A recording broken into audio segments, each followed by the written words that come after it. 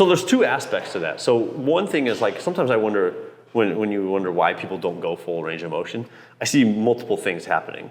Sometimes they avoid full range of motion because they're afraid of injury, right? Yeah. Hey, I'm worried because when I fully stretch in this exercise or when I fully contract in that exercise, things feel uneasy. Yeah. My safety feels tenuous. And so then I think that it's a matter of full range of motion for which exercise and which rep range. So do I want you fully extending and hitting these stretch points on sets of 5 or 6 reps with a heavy load? Not really, because then you do risk injury. But this is where the advantage comes of maybe doing sets of 20 or 25 are advantageous, because the total load for you, if you can lift, I always tell people, you can lift a weight 20 times, it's really not that heavy for you. Yeah. But we can get a lot of stretch motion in those movements for 20 reps. And in which case, you're going to increase that range of motion without a risk of injury.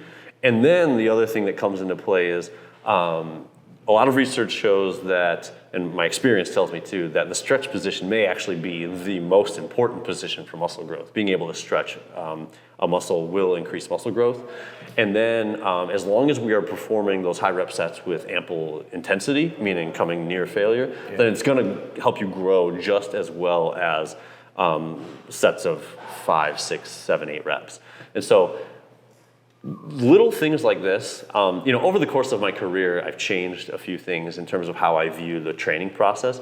When I first got into coaching and bodybuilding myself, I was obsessed with how many sets should someone do, what's the ideal rep range, what's the ideal split. Like, these are the things that plagued me and most, I would say, beginner and intermediate trainees at the time.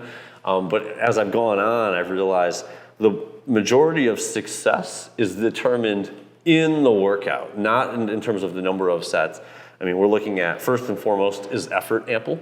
I know you, so I know your effort is, you have plenty of effort. But then, like, how to perform the reps matters.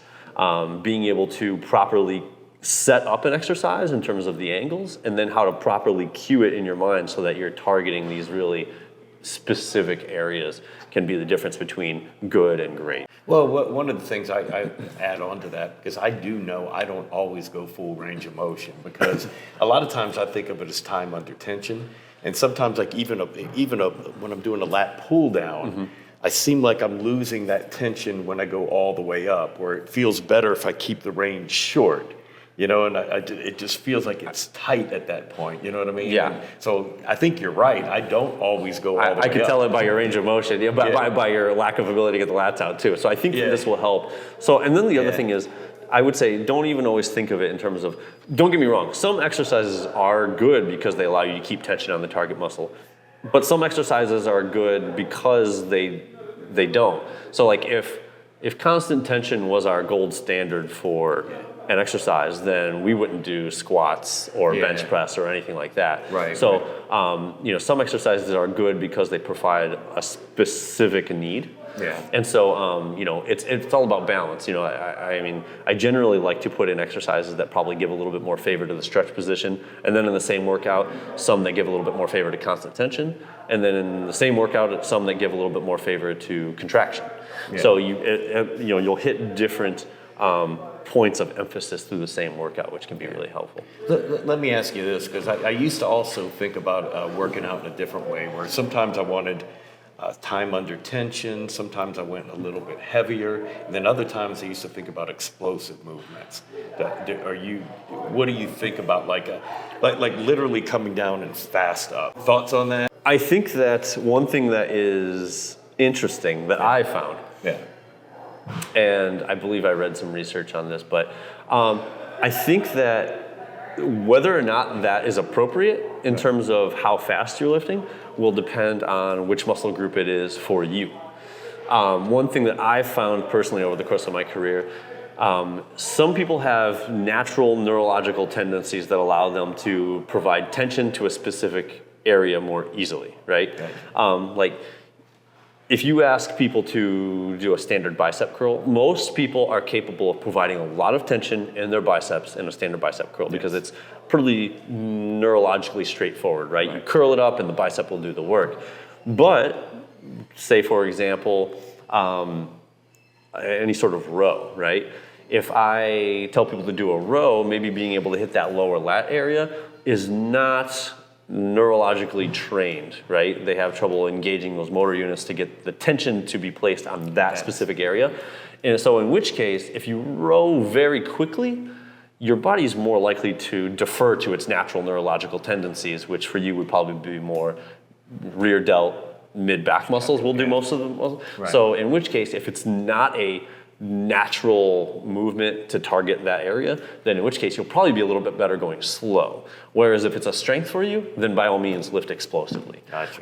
I've actually come to believe over the course of my career that some of the best bodybuilders that lift a certain way, you'll notice some of the elite bodybuilders will train in a specific manner that usually is not standard textbook form. They lift super explosively with, some might call it sloppy form, I call it loose form. And so sometimes they'll be like, how come this guy can get away with that? I actually think it's because they probably are very neurologically efficient in being able to tap into whatever muscle that they want to. And so for myself, I'm like, they can get away with this because, or it works for them because they have this unique skill. It's an inborn unique ability.